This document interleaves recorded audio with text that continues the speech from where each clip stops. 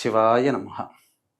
September 7 రాత్రి 11:57 నుంచి మధ్యరాత్రి 1:27 వరకు శతభిష నక్షత్రం 4వ పాదం, పూర్వభాద్ర నక్షత్రం 1వ పాదంలో ఏర్పడుతున్నటువంటి సంపూర్ణ చంద్రగ్రహణ ప్రభావము వలన కర్కాటక రాశి, వృశ్చిక రాశి, కుంభరాశి, మీనరాశిలో జన్మించినటువంటి వారికి అధమ ఫలము, అలాగే మిథున, సింహ మరియు తుల, మకర రాశిలో జన్మించినటువంటి వారికి మధ్యమ ఫలము, మరియు ఈ యొక్క మేష, వృషభ, కన్య, ధనుస్సు రాశిలో జన్మించినటువంటి వారికి ఉత్తమ ఫలములుగా చెప్పబడినాయి.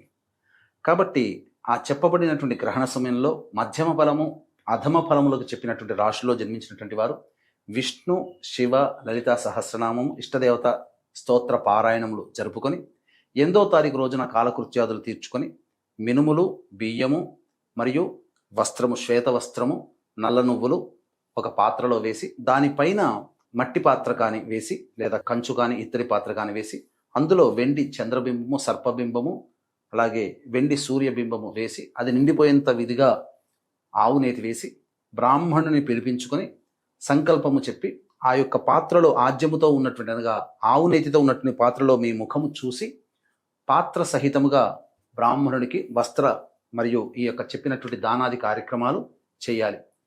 బ్రాహ్మణుడు తీసుకొనకపోతే రావి చెట్టు దగ్గర కానీ లేదా దేవాలయంలో కానీ ఆ ఆవు నేతితో ఉన్న వాటిని దీపారాధన చేయాలి.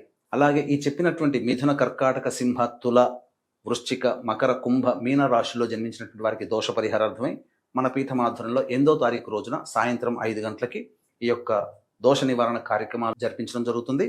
శక్తిపాతం చేసినటువంటి కరుంగలి మాల కూడా ఇవ్వడం జరుగుతుంది. అవకాశం ఉన్న వాళ్ళు ఈ కార్యక్రమ తదనంతరం కాంటాక్ట్ చేసి పూర్తి వివరాలు, మీ గోత్ర నామాదులు నమోదు చేసుకోవచ్చు.